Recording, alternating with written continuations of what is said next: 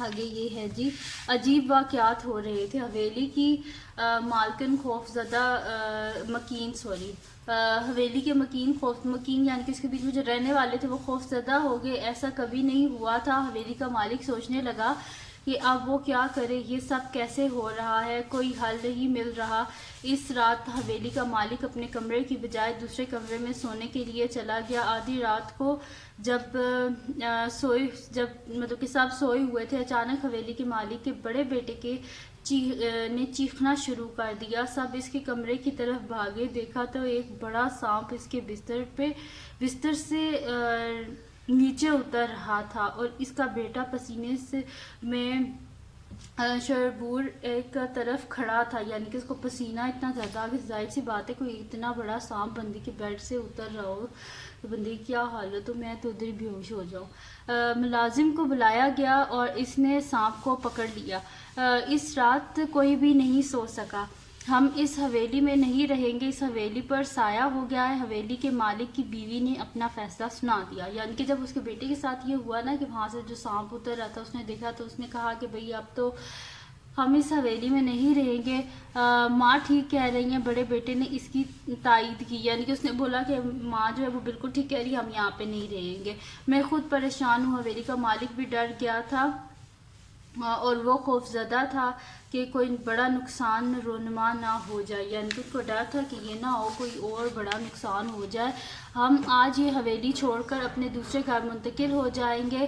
سب کا مشترکہ فیصلہ، یعنی کہ سب نے مل کے یہی فیصلہ کیا اب ہم اس حویلی کو چھوڑ دیں گے، کیونکہ دیکھیں نا اتنے زیادہ کبھی خون مل رہا ہے تو کبھی کیا مل رہا ہے. پھر کیوں نہ یہ حویلی بیچ دیں. کل کو اگر یہ حویلی بدنام ہو گئی اور بات پھیل گئی کہ یہاں سایہ ہے تو پھر اس حویلی کو کوئی نہیں خریدے گا. حویلی کے مالک نے کہا ہاں اس حویلی کو بیچ دیں.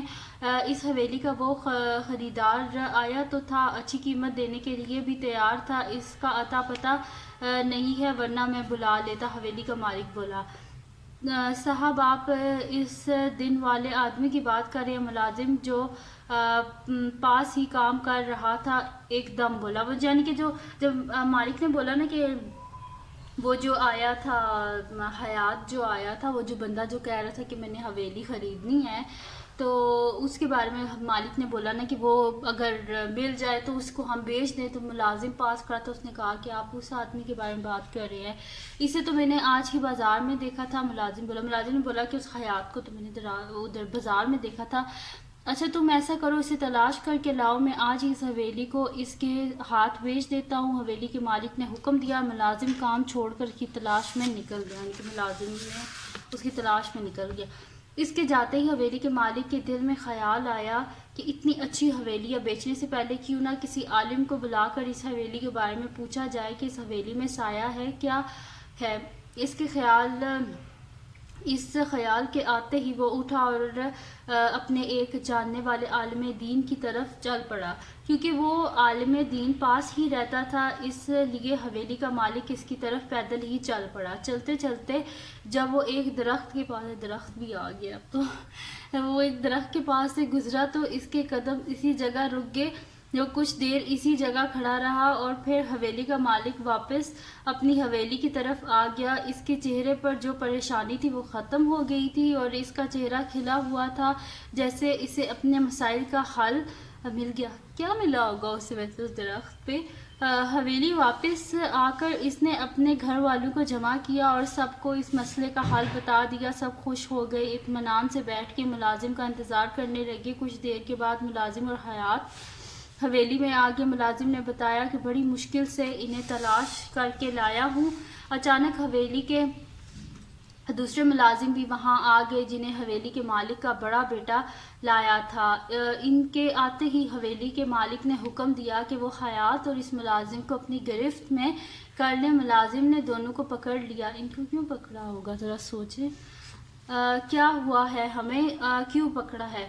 حیات نے احتجاج کیا. تم نے میری حویلی خریدنے کے لیے میرے اس ملازم کو اپنے ساتھ ملایا اور کبھی مرا ہوا الو اور کبھی خون اور کبھی سانپ چھوڑ دیا تاکہ ہم ڈر جائیں اور اس حویلی کو فروخت کر دیں. تمہاری چال بہت زبردست تھی.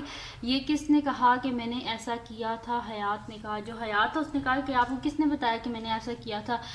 تو مالک نے بولا کیونکہ جب میں ایک بزرگ کی طرف جا رہا تھا تو ایک درخت کے پیچھے تم دونوں باتیں کر رہے تھے. ملازم کہہ رہا تھا کہ اس نے تمہاری ہدایت کے مطابق سارے کام کر دیے ہیں اور میں حویلی بیچنے کے لیے تیار ہوں. میں نے تم دونوں کی باتیں سن لی تھی.